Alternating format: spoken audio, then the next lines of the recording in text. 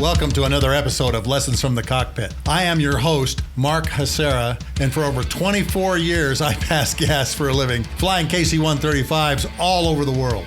For 60 years, my passion has been everything about aviation. And on the Lessons from the Cockpit show, we debrief some of the most fascinating and intriguing pilots, aircrew members, maintainers, and aviation enthusiasts from all over the world. Our purpose is to hear their stories, but more importantly, what did they learn from these events that they were in those extraordinary and extreme military, commercial, and even general aviation flying operations. We give you, our listeners, a greater understanding of how does the aviation world work, and more importantly, expand critical thinking skills both in the air and on the ground. A lot of the stories that you hear on Lessons from the Cockpit are being told here for the very first time. Our show is supported by wallpilot.com, custom aviation art for the walls of your home, office, or hangar. And folks, I want you to go take a look at our merch. It is incredible. The airplanes are printed on vinyl. They're cut so you can peel them off and stick them to any wall or flat surface. Some people peel them off, some people just frame them. But you can even read the warnings on the missiles on these images, particularly if you blow it up to 8 feet. And we can customize these with your name, tail number, weapons load, whatever you want. On today's show, we have one of my really good friends, Colonel Geno Redmon. During Anaconda, was the vice commander of the TACC, the Tanker Airlift Control Center at Scott Air Force Base, and he's going to tell us what was going on back in the States in order to move helicopters, patients, and cargo to the Anaconda op area. So let's get started. Grab an adult beverage of your choice, sit down, strap in, and let's begin the Lessons from the Cockpit show with Colonel Geno Redmon. Good morning, boss. How are you? Geno Redmon's in the house. My old squadron commander and buddy from way back. We go back a long, long time now, my friend. Don't we? And it's Geno really, was my squadron commander, and when I was stationed in Okinawa flying that airplane right there, the TACC commander. Why don't you tell all of our listeners a little bit about your background and how you and I are connected? Yeah.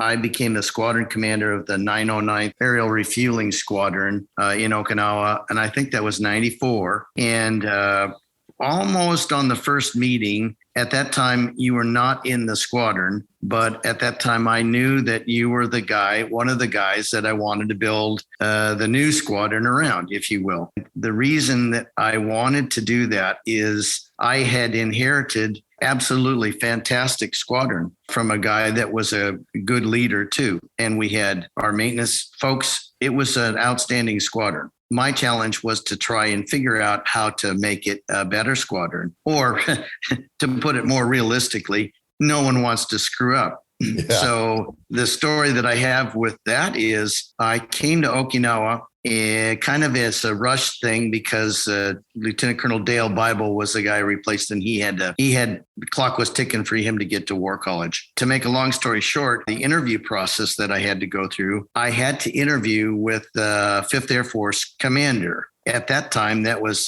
General Dick Meyer, and they set up this interview when he came down to fly Eagles to get his recurrent training or whatever. And so here I am talking to this guy. I think I was in a flight suit too, but he was in a sweaty flight suit, still had the oxygen mask ring around his face. And, we started talking, and it was who you know and what you did and where you been and all this sort of thing. His last words to me were, first, he said, I think you're taking a squadron from the finest squadron commander in this theater. So there's a little pressure there. And then the second thing he said is, he looked directly at my eye and he said, you're getting a great squadron. Don't F it up.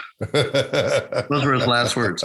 Yes, sir. Thank you very much. So there was quite a bit in my mind. There was a little bit of a pressure to do the right thing. And when I met you, I knew that what I was trying to do was get us more toward great squadron, but more towards relationship between the F-15s and our squadron that melded us as the 18th Wing, and that made us part of the war fighting team. And we could talk about that later, but that was interpersonal. So I knew a guy that knew a guy, and all of this thing happened. And that's how we met, because I wanted you as my flight commander. And the deal that I had to cut with your then squadron commander was, I better give you a good position if you're coming back to the squadron. And of course you did, and we did. So, oh yeah, I was lucky. I got to work for Jammer and then you. Jammer Jackson, and then you. And I was working on a very special project. Jammer told you I couldn't come just yet, didn't he? That's right. He said, we're waiting for the exercise. Yeah. And I don't know. That's not classified, the name of the exercise? No, it's not. It was called ZZ Top. That trained the wing to new heights. And here we go again. A couple captains putting together this exercise, which was fantastic. Yes. But our paths cross again later after 9/11. When I departed Okinawa and I moved on, and you started to move on, the next part where we kind of linked up was we both had a really enduring feeling the KC-135 weapons instructor course had to be stood up. You know, I was a very small bit player in that as the generals tried to figure that out. But I do remember advocating for you to be in that mix in some way, shape, or form. And I can't exactly remember. I don't think I called personnel, but when I heard you were in the hunt, then I was on the phone. That's kind of how we also linked up. I had a belief that you had some tremendous, skills as a flight commander and all that, but you had already emerged after ZZ Top as a guy that really knew how to put a plan together. And also the greatest advantage that you had, or we had, was the fact that we were working directly with our fighter guys. So you already had credibility with the Eagles, and you were going to be, somebody had to go to the WIC and be, none of the fighter guys wanted you there. They didn't believe there was a need for it.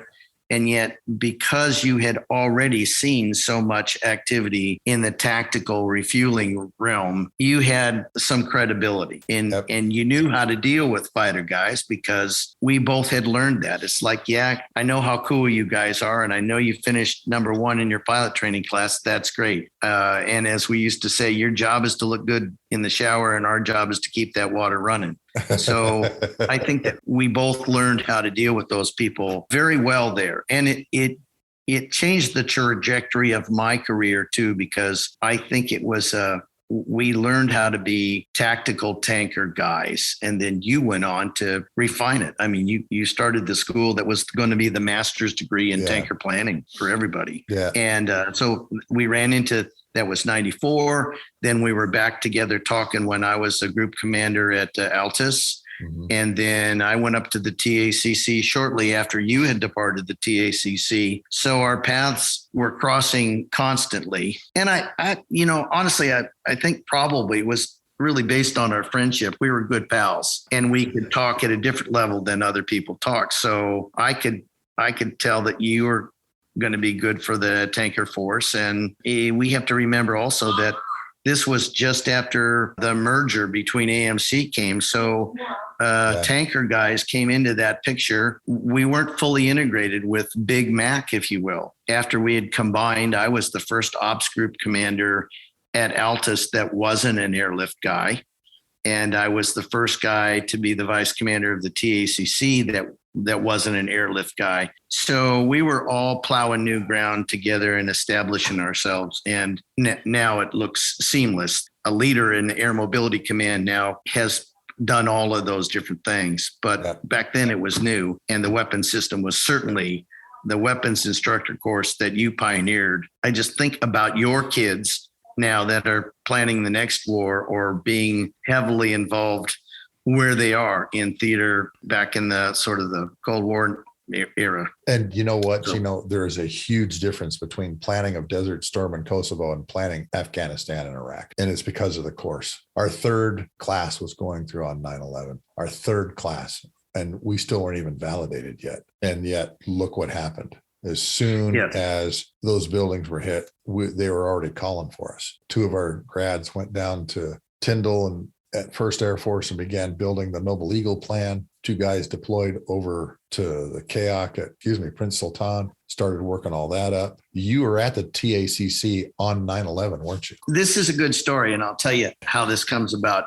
Pardon the language, but the morning of 9/11, we had been challenged at Air Mobility Command in the summer of 2001 because we were not getting enough flying time for our C-17 guys. It sounds so surprising now, but piled a bunch of colonels together, and our science project was to try and figure out how to get more cargo missions and more C-17 flying time. We really couldn't figure it out. And on the morning of 9/11, I had parked my car and I was walking towards the headquarters building. My boss, Major General Mike Woolley, was walking too. So we were walking together. The meeting was scheduled to be at 7:00, so we could have a quick meeting and get going then with the daily stuff. As we were walking into the building, I looked at my boss and I said, I am losing sleep over this. It's supposed to be my baby, and I can't make anything happen. There's no cargo out there. There's no way we can make this mission happen. My boss said, Redmon, you're worrying about this too much. We've seen it. There's highs and lows. There's peaks and valleys. It'll all work out. Don't worry about it so much. And I looked at him, and we're just as we were going in the door, and I said, sir, what we need is a good doggone war. I didn't use doggone, but I said, we need a good war.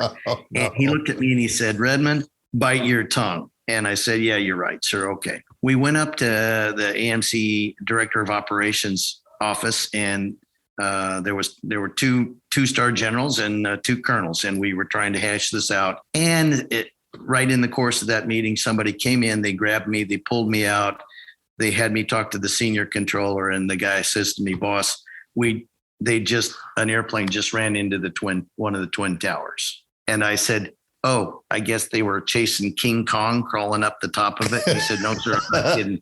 This is the real thing. And of course, then, all of our lives changed forever at that moment. On the anniversary of 9/11, I almost always think to myself of us walking in on that bright, sunny day at Scott Air Force Base and me saying to my boss, yeah, you want to get flying time? We just need a good war. And bite your tongue. That's the first story that I would tell you. And then there's 1,000 interconnected stories around that and here's another linkage that you and I had, because since you were already doing that, the first thing that we needed to do with all the air traffic shutting down across the world is we had a team of FEMA guys. They were doing their annual convention in Bozeman, Montana. And it's like, okay, but everybody's grounded. All right, let's launch a mission. Essentially, we didn't have to do that. We went after you guys at Fairchild. We did an in-system select, got the guys on the horn and said, you need to fly to Bozeman, and then you need to fly to New York City somewhere. And we're all like going, Bozeman? What? Yeah. I mean, the only time a tanker would ever mission is to Bozeman, Montana, out of Fairchild. Exactly. But that's a look at what vast resources we had as an Air Force that we could do that. It was like the first of many, many miracles where people go, how did you guys do that? Well, it's just the system that we had. And it was a crew that had come in to fly a training mission. Yep. It was. Yes. They were actually at base operations and scheduling. Ben Wyborn, he said, hey, hang on, because we're watching airplanes run into buildings. I talked to that aircraft commander later. So they go into Bozeman, pick up the crew, and they're flying near Chicago, Geno. It's eerily quiet. He said it was the most surreal mission he'd ever flown because nobody's talking. And then he asked Chicago, hey, who else is up here? And Chicago Center says, you're the only airplane flying in our airspace right now. 2 F-16s out of Selfridge are capping over the top of Chicago. Then go, oh, wait, it's a tanker? Yeah, we're a tanker. Do you guys have any extra gas? Yeah, sure. Come on over. And so they're heading east, and 2 F-16s join on them while they're carrying the FEMA team. Of course, he says all the FEMA bubbas are like pasted up against the windows or in the boom pod watching all this. But that's the kind of flexibility that you guys had for doing things on 9/11. And I remember talking to this aircraft commander, I can't remember his name, and he told me it was the most surreal mission I'd ever flown because nobody's talking. All of a sudden, we're doing opportune AR, and we're just going to, I think they dropped them off in DC first so they could change. Yeah, I think you're right. Yeah, it went into and then went up there. Okay.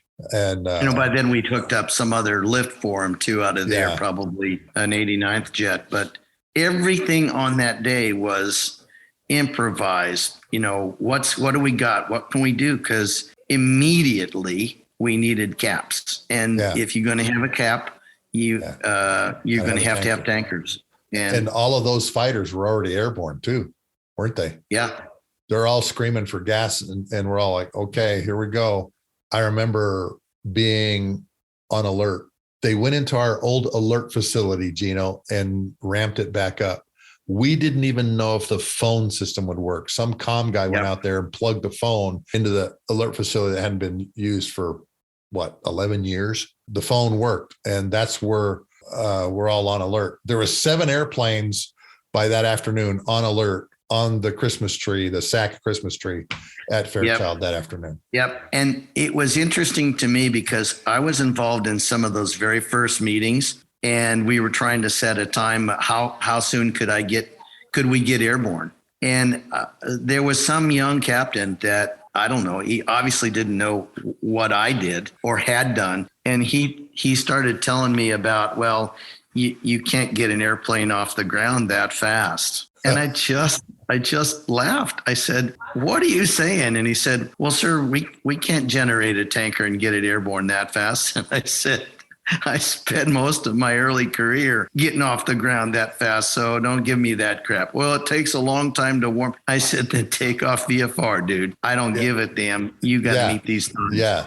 You take off and you go to Seattle. Okay. That's all the mission planning you need to do. Take off, go to Seattle, go to Portland, go to San Francisco. That's all you need to do. Nobody's up there flying. And that's what all these crews that were flying these missions were talking about. He said, there's no airline traffic whatsoever. None. Zero. Well, Sluggo, one of the things that you and I worked really, really hard at when we were in Okinawa together, and we were talking about the wartime footing, was we really tried to get our tanker guys, our kids, to work in, there was Kadena freestyle. We were always having to improvise, but I think we tried to talk to those young people and say, you're young tigers. You have a legacy from Southeast Asia. Your job is to be there and give gas to these guys, and don't take no for an answer and figure things out. Be innovative. I think that's one of the things we put into those guys. I'm thinking that's sort of part of the whole KC-135 tanker ethos to this very day is. And we had done how many air defense exercises, Geno? Oh, yeah. With tankers on Bravo patio waiting to take off when we were told to take off with the F-15s. Yep. And remember, we worked out that VFR takeoff plan with us taking off on the outside and the F-15s taking off on the inside. Those were really innovative things that we were accomplishing there. Yes, crazy. And the reason that we were lucky to do that is that we had leadership. So here's another lesson learned, okay? In today's environment, we have instant communications around the world. What we always need to remember is that the smartest thing we can possibly do is empower our young aviators to let them just get the job done. And you say, I want you to do it safely. It always falls on some young man or woman to figure it out. No matter how much you want to micromanage, the best strategy of leadership in the aviation business, in my opinion, is to let it go, give the broad directions and let it go. But our wing leadership there, they let us run amok. Literally, we had an independent tanker squadron over there. We could do basically whatever we wanted to do within reason. And we did it well. And when you and I left, I was before you, but when you and I left, I think we had left a legacy that the F-15 guys respected the 909th. We were their KC-135 guys. We were a team. So once again, that's where I think you get these ideas. That kind of leads me maybe into the funniest story of the war. I mean, 9/11 happens. Everybody's going crazy. Everything has to be done at once. Everything getting to Afghanistan in a landlocked country, every bean that was eaten, every bullet that was fired, everything had to be airlifted in. And the problems just grew exponentially. As Woolley said, you'd turn over one rock and there'd be another snake and then another and another, or you peel back the layer onion and there's more. So the funniest story that I ever acquired from that time, it was in October as we were trying to build up and get ready to do the kinetics in Afghanistan. And it was in the Tanker Airlift Control Center, which they now call the 618th AOC, I think, is they've already, the old guys fought it and you got to call it the TACC, but it has become an AOC now. And there was a special room, we called it the glass room, that was sheltered from the regular area so that you could talk and discuss and not violate, quiet stuff that was going on outside. We were there in the glass room, and it was right before the first mission to go into Karshi Khanabad.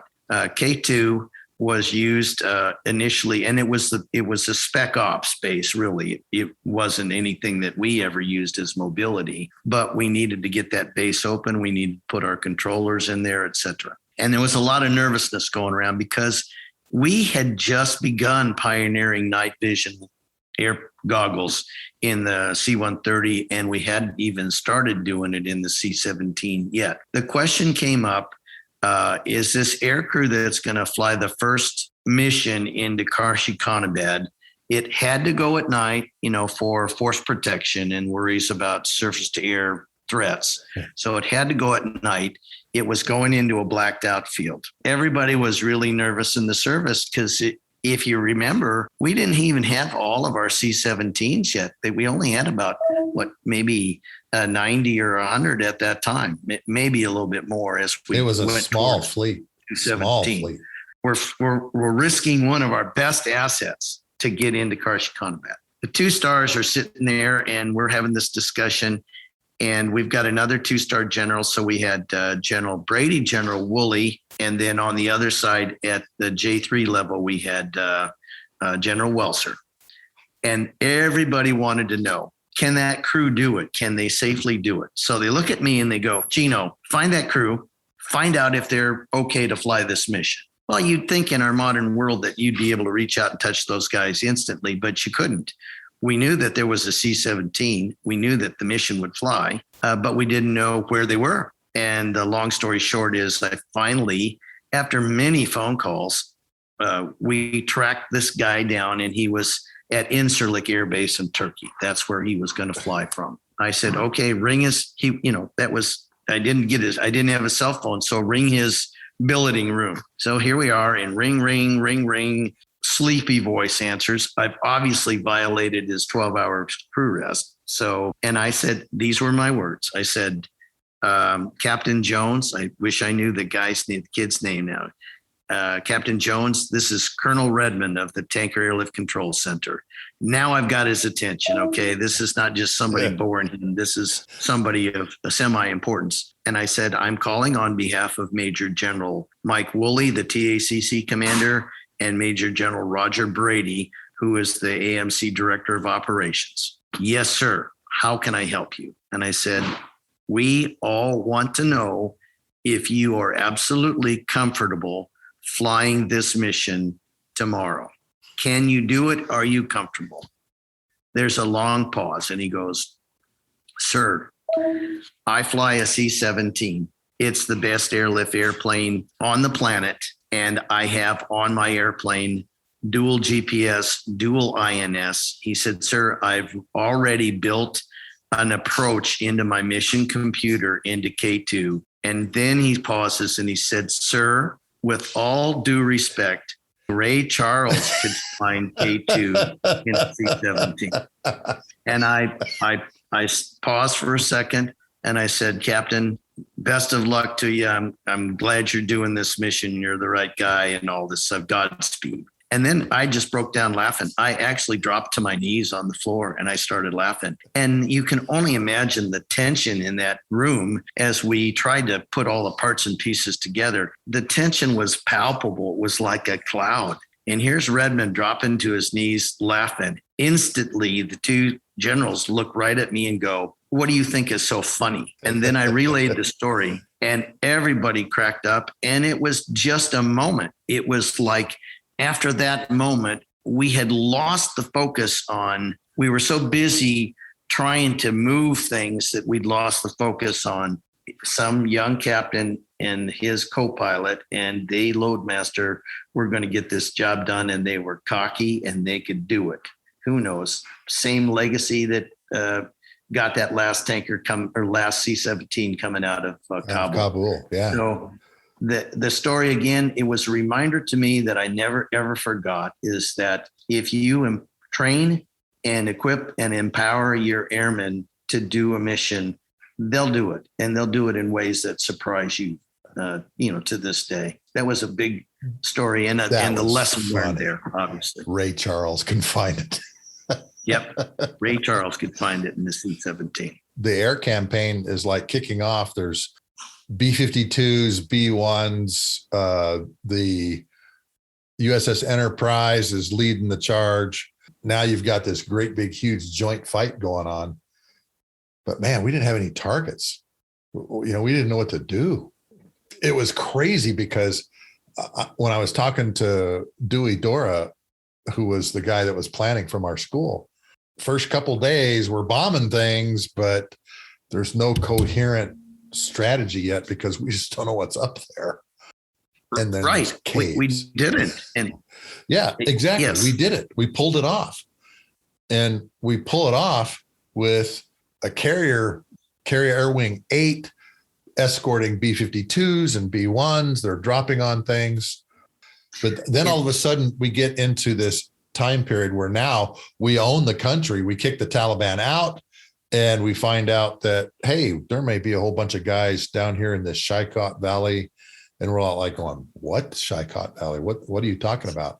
And there's no plan. Nobody's talking. And Skip Scott is the Durmob 4. And I'll never forget this, Geno. He says, something's coming, Sluggo, and I don't know what it is. What had you guys heard back at the TACC about this Anaconda thing? Had you heard anything at all?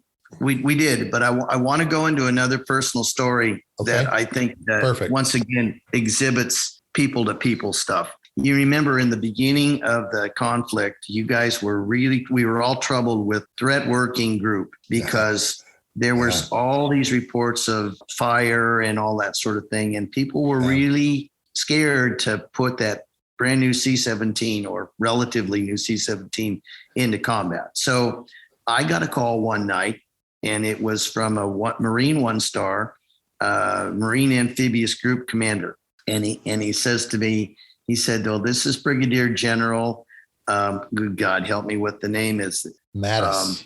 Mattis." He said, "This is General Mattis." And I said, "Yes, sir." And he had done his homework.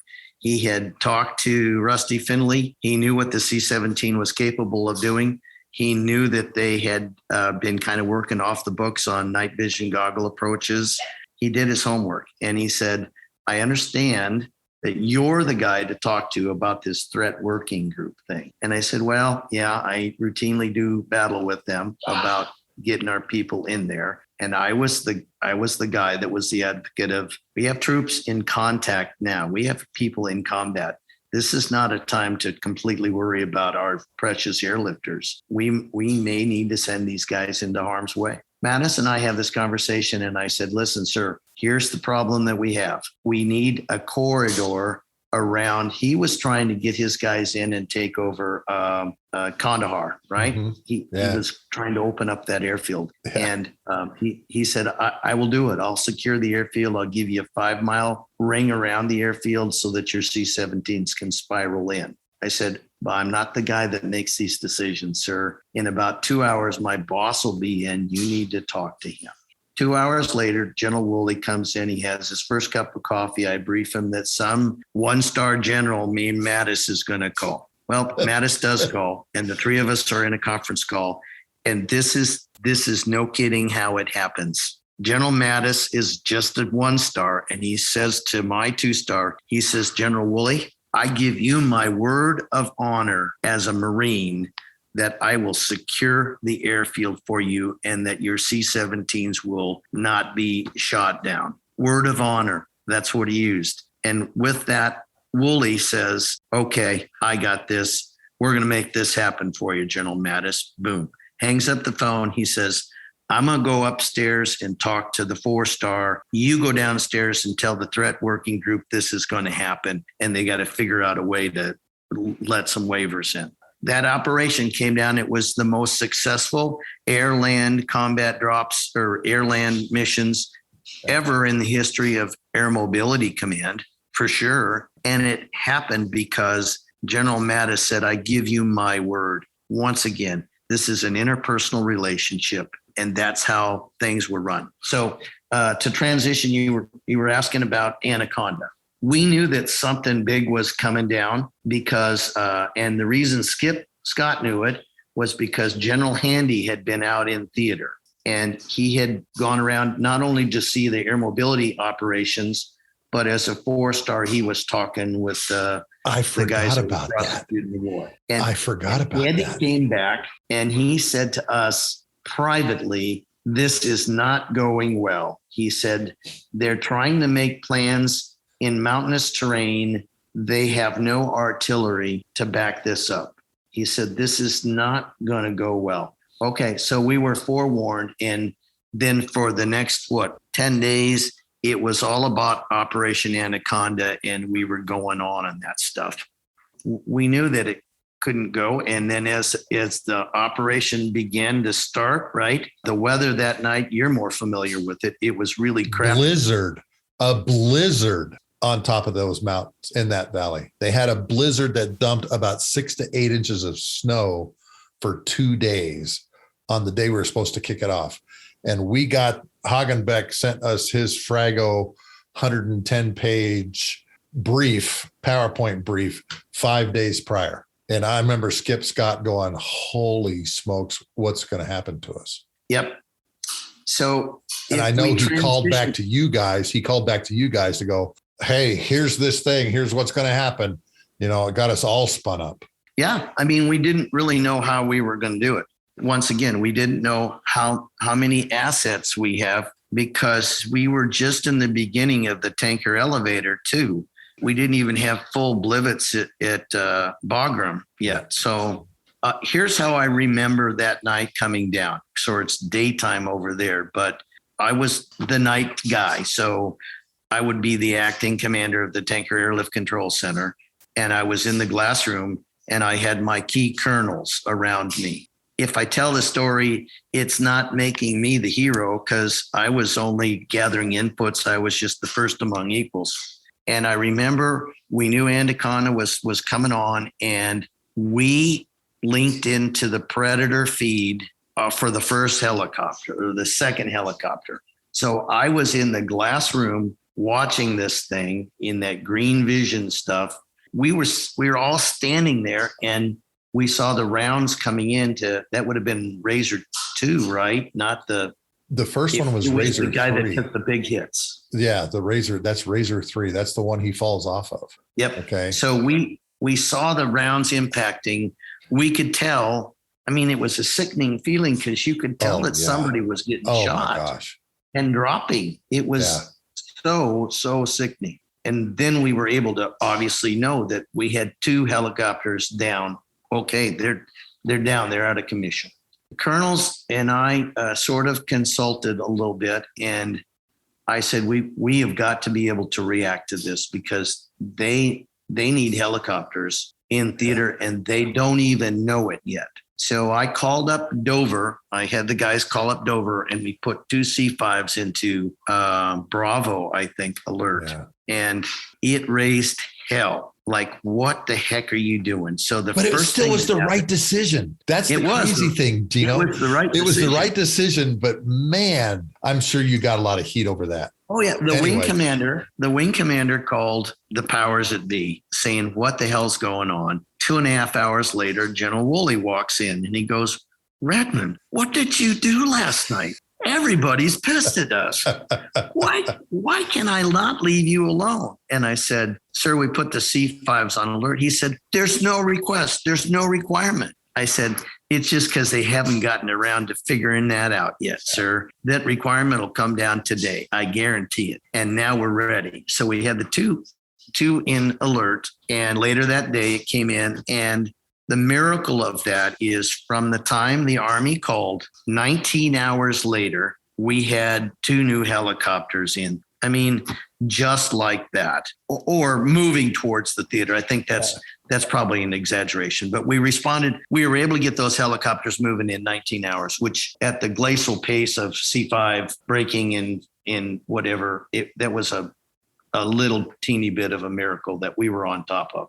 Yeah. But once again, it was the group of colonels and lieutenant colonels that I was with that we saw it. We were appalled. We were just sickened. We knew we couldn't contribute anything right then and there, but by God, they were going to need it. They were going to need helos. Absolutely. So because that's how that story comes about. Well, and the Chinook was the only helicopter that could get up there because the mountain was so high. The Chinook was the only helicopter that could get up there. Geno, you have to understand, these are 160th SOAR helicopters. They got all of the latest equipment on them, and 3 of them are down. One's in a valley. One's back at Gardez at the safe house, all shot up. And the third one doesn't even make it off the mountain.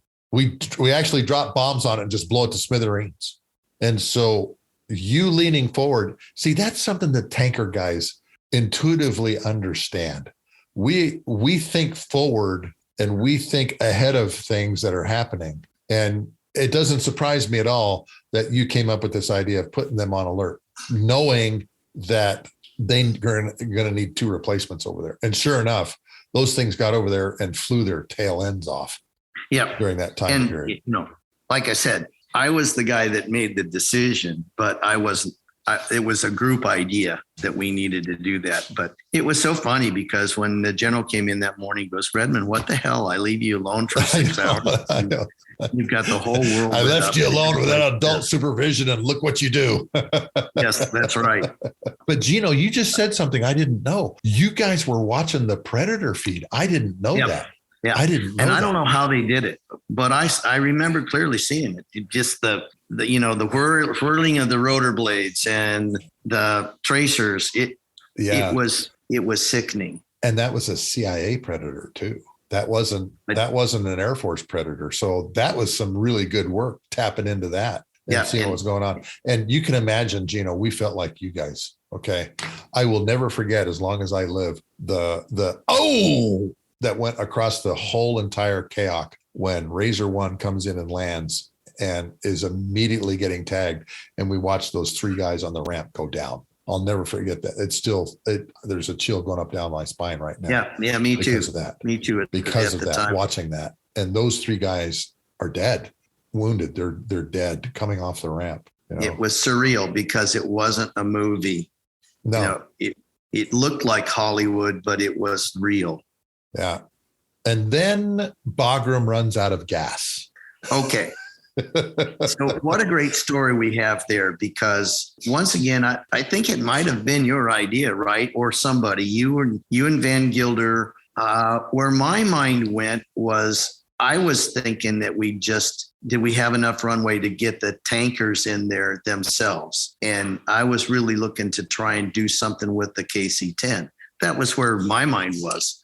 And then all of a sudden, that idea pops out from you or John Van Gilder and XOO. I don't really know. I can't tell you where it the was great a C-130 idea. weapons officer at the KAOC, Rocco. That's where Really? it came from. That's where it came from. Rocco goes, why don't we just airmail the gas? And we all went, oh, yeah. But it took 4 C-17s that were already busy doing something else, didn't it? Yep. And the story behind those C-17s getting out there is another interpersonal story, because if you'll remember, even in the beginning, when you're trying to do a war, there's still everybody's arguing about who owns what and who's transferring what. The big kind of AMC attitude was, we just can't let random C-17s go over there and be at the beck and call of the theater commander. And it was a big fight. It was roles and missions and stuff like that. Yeah. And General Minnemeyer was the guy over there then, Yeah. and or involved a little bit. Yeah. And what we kind of worked out is, well, how about if we deploy these 4 C-17s? They won't be chopped to you. They'll be ours, but you can kind of use them as you need to. We were really hanging it out. To this day, Yeah. when I get together with Minnemeyer, we just go, it worked out perfectly. And we eventually got top cover, but to do it was, I remember Wooly saying, God, we're all going to go to jail. We're all going to jail. But it just needed to be done.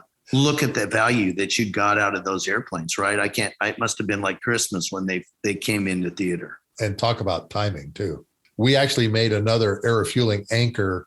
They wouldn't let us put it over Bagram. We had to put it like southwest of Bagram. That was an incredible idea of elevatoring gas up and down. The C-17 would come in, and the first one, remember, came in with the bladders and dropped it all off. They spread those things all out and started filling them up. It went up to a tanker, fills up to its max landing weight, goes back down, offloads that gas, goes back up to another tanker to get enough gas to go home.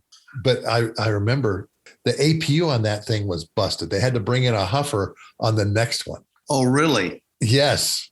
One of those C-17s APU broke, the first one that landed. And God, what was the general's name? I can picture his face, but can't remember his name. He was down there at Bagram. He says, get that thing off the ramp. Well, we can't, sir. The APU's busted. We can't start the engines. And we had to put a huffer on the second C-17 landed. Man, that was a full rant for a while. And then the huffer obviously starts the first one. They put the huffer in the back of the C-17, and they both left at the same time. But they were also delivering Apaches too, remember? We were delivering fuel and Apaches because remember, those first set of Apaches just got blown up like crazy. And then finally, that first week goes terrible, but we finally catch up. I'll never forget this. The Bagram Army guy at Bagram, I think Hagenbeck, was going, make it stop. We got enough gas. And they had, I think, 3 of those 600,000 gallon bladders full of gas. But you're right, Geno. That was, we're doing stuff that's never been done before. Yep. It was interesting because I had a lot of dead time in the evenings between those phone calls as the people worked out. And I do remember, as everybody does, you got to establish a battle rhythm. Yeah. You've got to get used to the hours that you're working and all that. I remember I just was totally exhausted just all the time because my day, I think I was probably doing 16 or 17 hours. I mean, I was falling asleep in the daily meetings, and I fell asleep driving my car home on North Lincoln, I remember, and my wife had to take me to work and pick me up for a couple of days. And I remember her saying to me, this is insane. You can't even stay awake to drive, and yet you're supposed to be crisp and make these kinds of decisions, being exhausted. We were all that way. Yeah. You weren't getting any sleep. No. I was sending melatonin in the mail to Skip Scott so he could try to get some sleep. It once again becomes this interpersonal thing. Just imagine, we didn't know how to solve that problem. It was like, I don't know how we do this.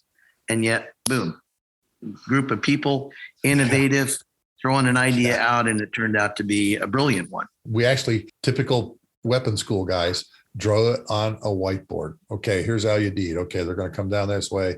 And then we went to Skip Scott. And of course, you talked about leadership and pushing responsibility down. Skip Scott says, make it happen, guys. A lieutenant colonel and a major, make it happen. And we did. You know, Anaconda comes to a close. I think the last week is when we finally all of us get on the same page. I'm talking with you guys back at the TACC. I'm talking to you on the phone. And man, Geno, you do not know how glad I was when I picked up the phone and heard your voice on the end of the phone. Well, knowing your capabilities and you knowing mine. And I think that's about relationships. And yes, I remember when I was writing the book, talking to the deputy director that was actually in the crow's nest managing the fight, Moose Lakaitis, and him telling me, He goes, think about this, Sluggo. We all knew each other. We all knew each other. When it came time to do shock and awe, our network was even bigger than it was during Operation Anaconda. I've given some thought after you told me what you were wanting to talk about. And I know that most of your stuff is flying related. And if it's not directly flying related, it's like what we did. Yeah. But what struck me as I started thinking about that, in you and I talking, 2-3 times a week, John Van Gilder and XOO talking to you every day, probably. And what is amazing to me is, even though this is a war and we were prosecuting a war, it is the people that make that happen. There's always a story behind the people. If you think about it, what an amazing connection. And all of that would have happened just fine if it had been a whole bunch of strangers, because the Air Force is professional enough. Think of the small world that we had, and maybe it's just a tanker thing, but because you were there and I knew you, I was talking to you about every day. I was talking to Skip Scott every day, and it's the person to person things that I think.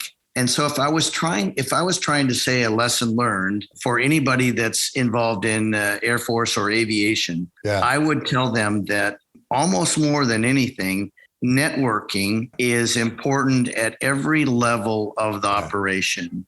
From the beginning boom operator, you just never know where it's going to connect. The guy that was sitting as the deputy director during Anaconda became the air wing commander, the vice CAG, deputy CAG on the Roosevelt during shock and awe. And he spoke about this. He said, Sluggo, look around the room. How many of us knew each other? Now the TACC is transitioning into shock and awe coming up. Yep. And that for that portion of the thing, you were still playing the game. I had retired by then and gone on to do other things. But in your book, you very eloquently told a story and connected that story to a lesson learned. I think for me, when I came away and I sit now in my rocking chair and I think about things, it will be just this week that I've been retired 20 years.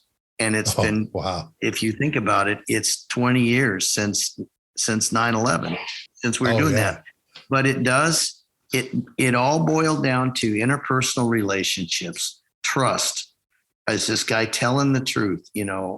Honesty. And then sometimes I think in war and in combat operations, the axiom is very, very true about it's much more important to beg for forgiveness than to ask permission, because we couldn't have gotten it done without some serious out of the box thinking all the way around.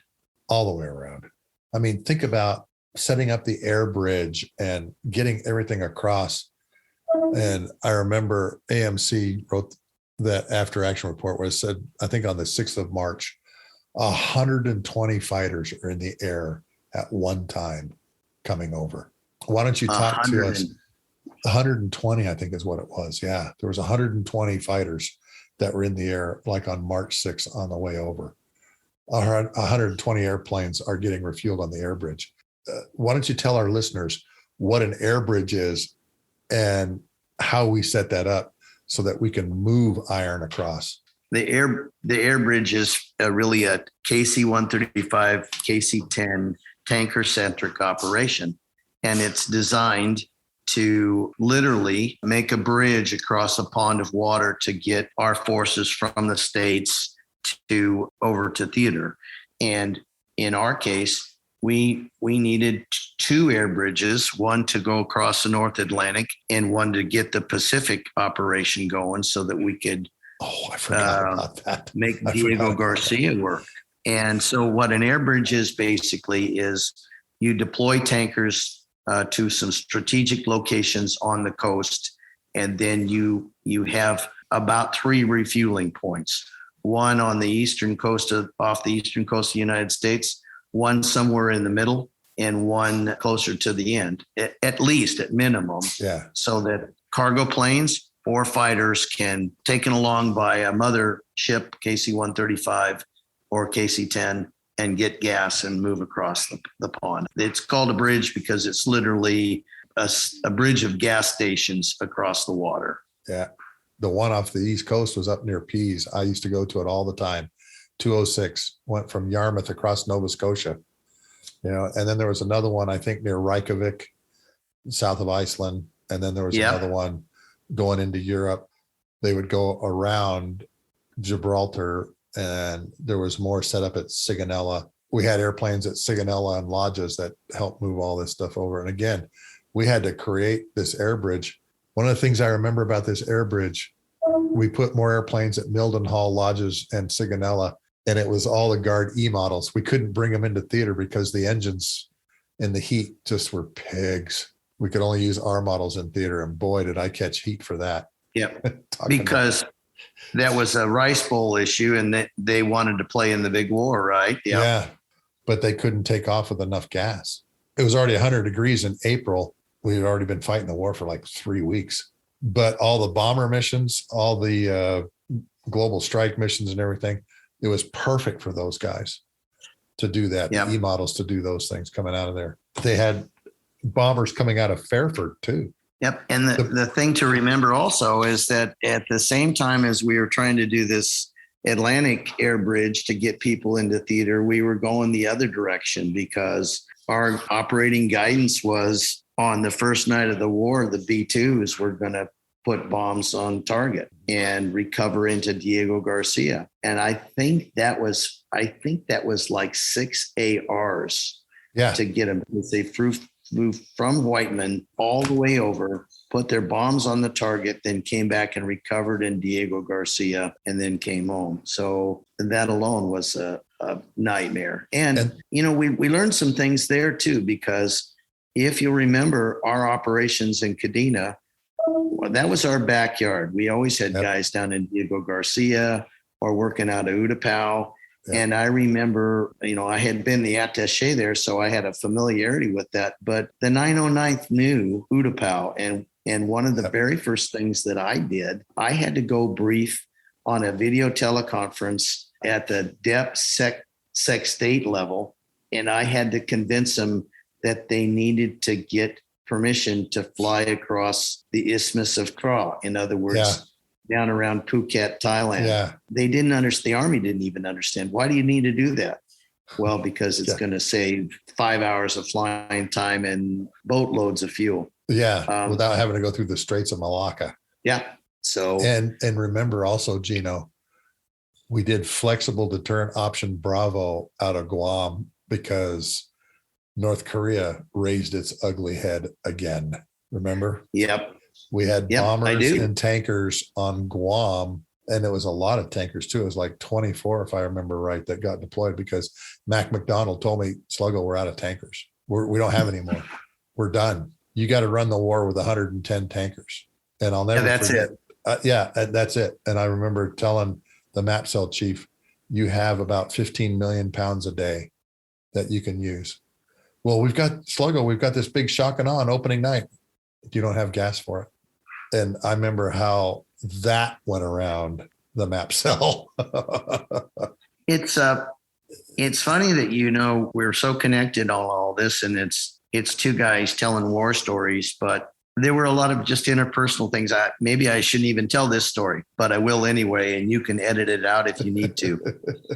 So it was early on in October, as Congress does, they want to have a look at things. So we got this call. Senator Joe Biden is going out to theater. Okay, fine. And they passed it around. Absolutely, under no circumstances is he to get mil air. Under no circumstances. Are we all straight on that? Senator Biden does not fly on a military airplane. Yes, sir. Got it. Yes, sir. It was briefed from the 4-star to the 3-star to the 2-star to the colonels. Everybody knew it. On the night that to this day, I don't remember. Maybe it was a Learjet or something that Biden took into theater. It was not mil air. So he ends up on the ramp at Bagram, and he's wanting to get on a C-17. And the whole organization has been briefed. No, he will not do that under any circumstance. Period. Dot. Full stop. Okay, fine. So I get this call from Major Jeff Bigelow, and you might remember Jeff. I do know Jeff. I remember was Jeff. one of our KC-135 navigators at Altus. So I knew Bigelow. I knew he was a great stand-up guy. Great guy. Really good guy. So Bigelow gets on the phone and he goes, who am I talking to? And I go, it's Geno. And he goes, oh, sir. Oh, am I glad to hear your voice? Oh, I got a big problem. I got to tell you. So blah, blah, blah. He said, Senator Biden's here and he's really demanding to get on this airplane. And I know what we're not supposed to do, but he said, I need some help. And I said, Bigelow, let him get on the airplane. I just made that call. And I think it was based on the fact that I'd seen in the old C-12 days in Thailand, how turning a congressman down would go bad on our budget and the Air Force and all that. I said, put him on board. Yes, sir. I got it. Wham. And the guys are all looking at me going, boy, oh boy, we're going to catch some hell over this one. And I go, it was the right thing to do. I don't care. It was the right thing to do. And I was kind of alone. I was a little bit lonely in that decision. Yeah, I'll bet. Then I'm standing there and the phone rings again. They go, Colonel Redmon, you're not going to believe this, Geno. It's the Secretary of State, General Powell, on the phone. Okay. And I pick up the phone and it's, this is General Powell. Who am I speaking to? And I said, sir, this is Geno Redmon. I worked for you when I was in CVAI. Remember that night you caught me peeing in your bushes on 4th of July? Blah, blah, blah. Yeah, Geno, and then instant bond.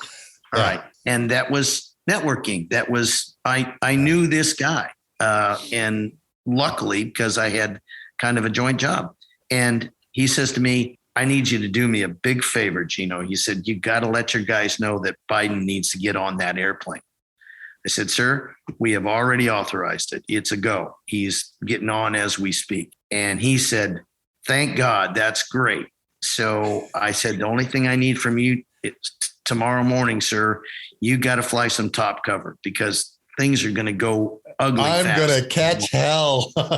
And so he said, no, I got that.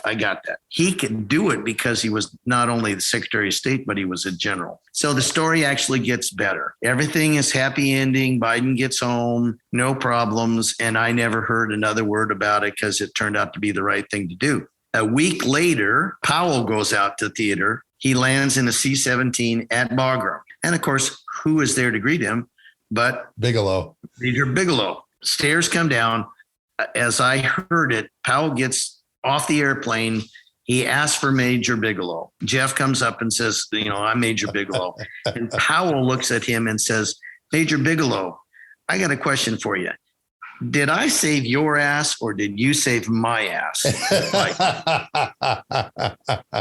And, we laugh about it. And I think over the years, I've probably trumped up that story to make it sound much more funny or much more interesting. But the evolution of it is, once again, I have a young major that I have known now for a cumulative total of 6 or 7 years. Yeah. We've flown airplanes together. We've got a bond of trust.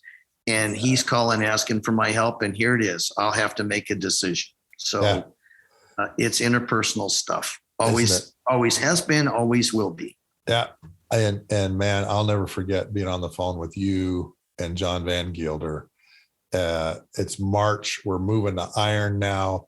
Things are ramping up in theater. We're starting to drop more bombs.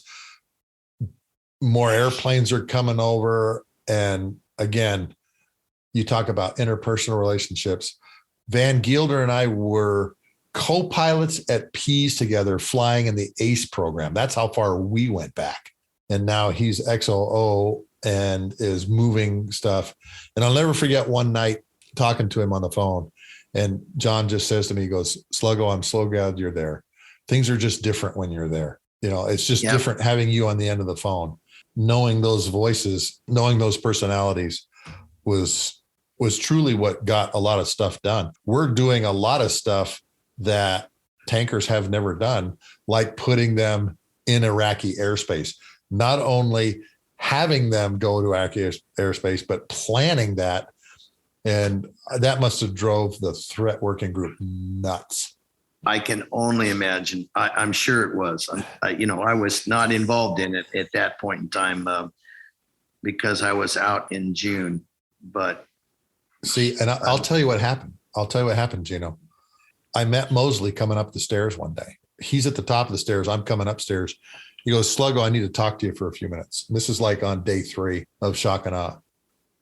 And I go, what's up, boss? He goes, the Army is truly outrunning everything. The gas is in the wrong place. And I said, okay, what do you want us to do? There's 19, this is how he put it. There's 19-year-old kids getting shot at Najaf. The tankers cannot stay back and stay safe. You guys are going to have to assume some of the risk like the rest of us. Sluggo, I want you to move tankers into Iraq airspace. Just figure out how to do it. That's all he said. Just figure out how to do it. And I said, okay, boss, we're on it. And I remember going up to Mike Taylor, who was on the initial cadre with us, setting up the school, and saying, Mosley just met me at the top of the stairs. We got to move tankers into Iraq. He goes, man, it's too early. It's too early. And I said, Mike, we just got to figure out how to do it because the airplanes are coming too far to come to Saudi Arabia. The gas has got to be closer to Baghdad. And we did. We figured it out. We did something really innovative again by having a 4-ship come in with the 2-ship on the tanker and a 2-ship running around looking for people that are trying to shoot at us. And then the A-10 Bubba, the A-10 LNO going, Sluggo, those are targets. Give them to me.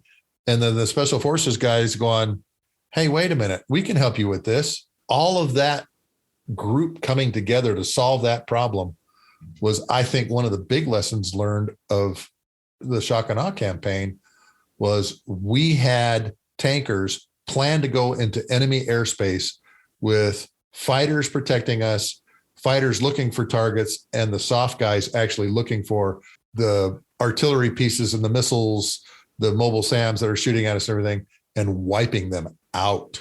It was one of those amazing things. Like you said, your network continues to build while you're doing stuff. So we old gray hairs, we try to not refight the battle. And I guess our legacy, if we had one, is we imbued our KC-135 crews to know that there was a mission to do. And they have never failed. They've never failed us. No. And you know what, Geno, when I told all the squadron commanders at each one of the bases, I told them all, I said, Mosley met me at the top of the stairs. 19-year-old kids are getting shot at. All of the tanker squadron commanders go, okay, Sluggo, as long as we're protected, we'll be fine. And they went and did it. And that was that. There was only one squadron commander that kind of gave us a little bit of grief, but later on it all worked out. So. Yep. And if you think about it, you can trace the roots of your and I relationship. Do you remember how we talked about the have a protection plan, how you practice it in ZZ Top, you drilled it into us. Yep. And then we went up with our guys and we did a stick. Remember, you were a stick figure tanker talking about how to get away from the threat. Yep. Sir, that's never going to happen. We're so far away from that. That'll never happen. Oh, brother. And it did. So yeah. Shock and awe changed all that. Tankers are moving forward in a lot of places. It's crazy. So, yep. And now they've equipped the KC-46, so it's a comm node as well. I'd be curious as to how many of those lessons we learned the hard way or the easy way, or you instructed. And there is one of your contemporaries. There's some tanker Bubba that graduated from the WIC, and he's sitting somewhere forward looking at all those caps. Yep. Flying over Poland and Romania and all that. Making sure absolutely. Absolutely. Hey, I'll tell you a great story I just heard from the squadron commander at Altus for the 46. The airplane is so networked now that they just recently went to red flag. And because of the information in the cockpit, everything that's happening in the KC-46, the tanker crew saw an aggressor leaker get through and called it out to the AWACS. The AWACS went and put somebody on it, shot the thing down. The tanker guys saw it first in their cockpit on the 46. No kidding. That airplane's going to be a great, I know there's a lot of bad press about that airplane, but once they get this worked out, that's going to be a fantastic piece of machinery that is going to have its own place on the battlefield. You're exactly right. Well, Geno, we've been going for an hour and a half. I know you've got somewhere to go in about a half hour at 11 o'clock. Any final words for us there, brother? I'm going to just reiterate one more time.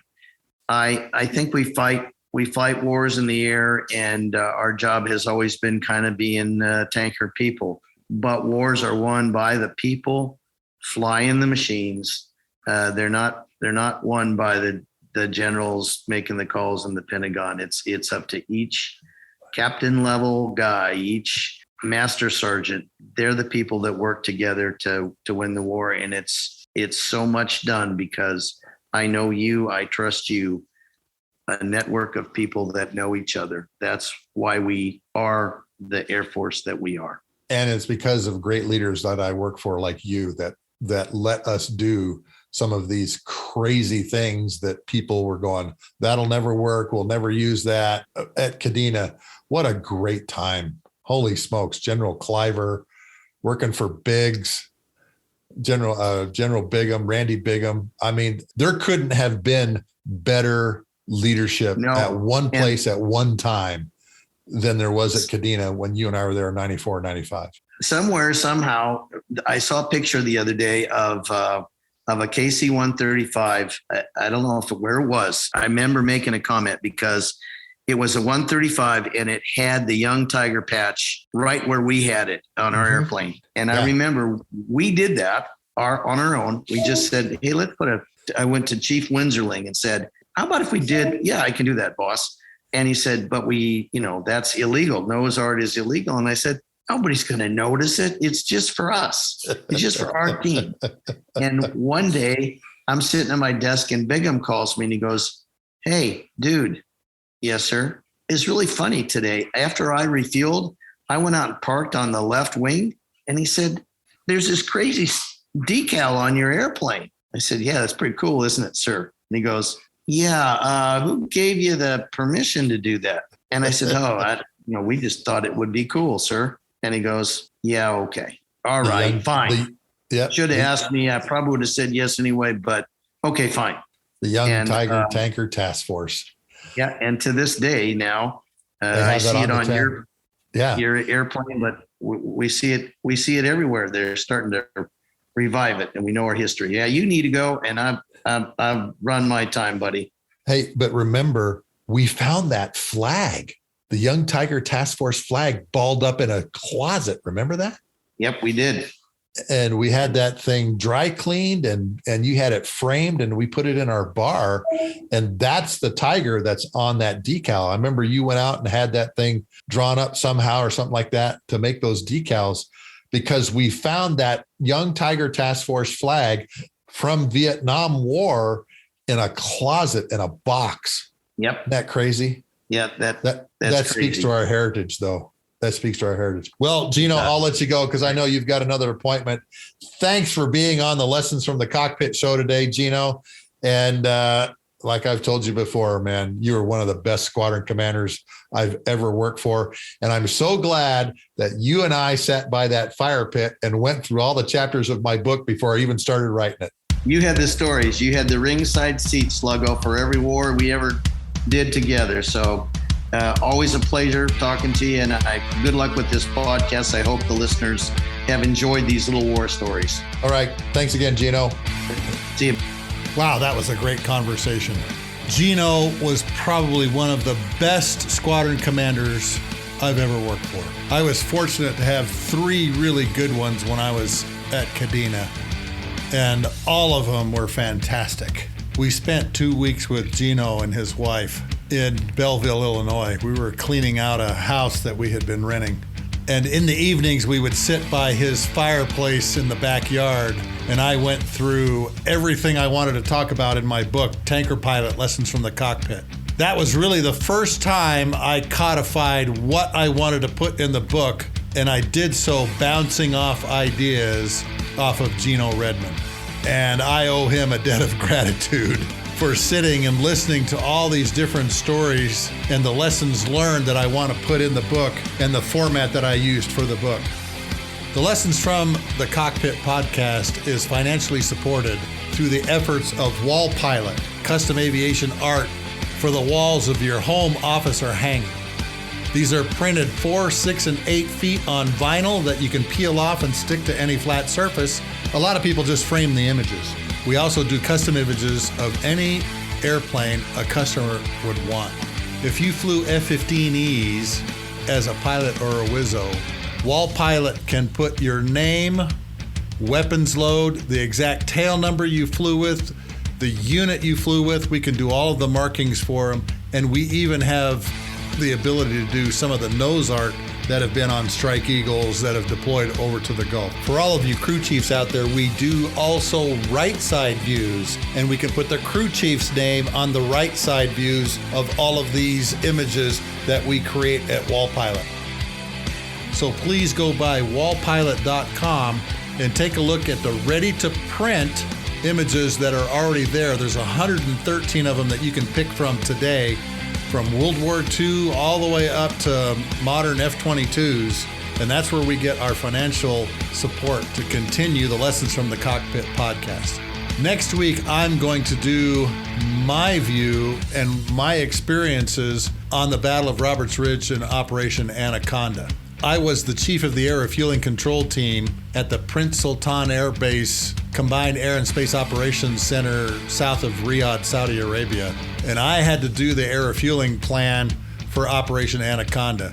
And there's a really unique story behind all of that. Thanks again for listening today. All of our episodes can be found on my website, markhasera.com, under the podcast pull-down box. Look forward to having you again here with us next week on the Lessons from the Cockpit podcast, where I give you my perspective on Roberts Ridge and Operation Anaconda.